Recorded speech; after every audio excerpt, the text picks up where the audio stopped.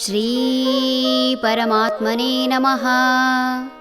ಶ್ರೀಮದ್ಭಗವದ್ಗೀತಾ ಅಥ ತೃತೀಯೋऽಧ್ಯಾಯಃ ಕರ್ಮಯೋಗಃ.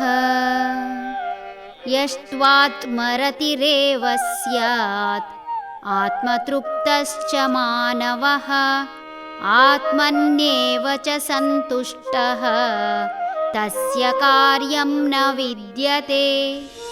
ಯಾರು ಆತ್ಮನಲ್ಲೇ ವಿರಮಿಸುತ್ತಿರುತ್ತಾನೋ, ಆತ್ಮನಲ್ಲೇ ತೃಪ್ತನಾಗಿರುತ್ತಾನೋ, ಆತ್ಮನಲ್ಲಿ ಸಮಾಧಾನ ಹೊಂದಿರುತ್ತಾನೋ ಅಂಥವನಿಗೆ ಮಾಡಬೇಕಾದ ಕರ್ಮವು ಯಾವುದೂ ಇರುವುದಿಲ್ಲ.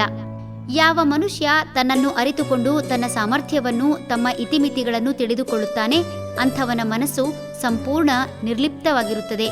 ಇಂತಹವನು ಹಸಿವು, ನೀರಡಿಕೆ ಎಲ್ಲವನ್ನೂ ಮೀರಬಲ್ಲ. ಸಾಕಷ್ಟು ತಪಸ್ವಿಗಳು ಖೇಚರಿ ಮುದ್ರೆ ಹಾಕಿ ತಪಸ್ಸು ಆರಂಭಿಸಿದರೆ ಅನ್ನ ಆಹಾರವಿಲ್ಲದೆ ಸಾಕಷ್ಟು ವರ್ಷಗಳು ತಪಸ್ಸು ಮಾಡುತ್ತಿದ್ದರು ಎನ್ನಲಾಗಿದೆ. ಒಮ್ಮೆ ತಪಸ್ಸು ಮುಗಿದ ಮೇಲೆ ಕೂಡ ಈ ಸ್ಥಿತಿಯಲ್ಲಿ ಮುಂದುವರೆಸಬಹುದಾಗಿದೆ. ಇಂತಹವನಿಗೆ ಆಸೆಗಳು ಇರುವುದಿಲ್ಲ ಹಾಗೂ ಅಗತ್ಯತೆಗಳೂ ಇರುವುದಿಲ್ಲ. ಈ ಸ್ಥಿತಿಯನ್ನು ತಲುಪುವ ಸಮಯಕ್ಕೆ ಯೌವನ ಮುಗಿದು ವೃದ್ಧಾಪ್ಯ ಕಾಲಿಟ್ಟಿರುತ್ತದೆ. ಸಾಧಿಸಬೇಕಾದ್ದನ್ನು ಸಾಧಿಸಿದ ಬಳಿಕ ಯಾವ ಅಗತ್ಯತೆಗಳಾಗಲಿ ಬಯಕೆಗಳಾಗಲಿ ಇಲ್ಲದಿರುವ ಕಾರಣ ಯಾವ ಆಂಗಿಕ ಕಸರತ್ತೂ ಬೇಡವಾಗುತ್ತದೆ. ಸಮತ್ವವನ್ನು ಸಾಧಿಸಿದ ಕಾರಣ ಈತ ಯೋಗಿ. ಯೋಗಿಗಳು ಕೇವಲ ತಮ್ಮ ಮನಸ್ಸಿನಿಂದಲೇ ವ್ಯವಹರಿಸಬಲ್ಲರು.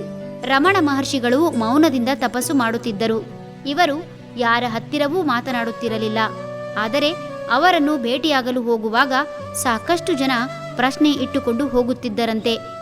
ಅವರು ಇದ್ದ ಸ್ಥಳಕ್ಕೆ ಹೋದರೆ ಅವರಲ್ಲಿ ಮಾತನಾಡದಿದ್ದರೂ ಸಹ ಅವರೆಲ್ಲರ ಪ್ರಶ್ನೆಗಳಿಗೆ ಉತ್ತರ ಸಿಗುತ್ತಿತ್ತು ಎಂದು ಹೇಳುತ್ತಾರೆ.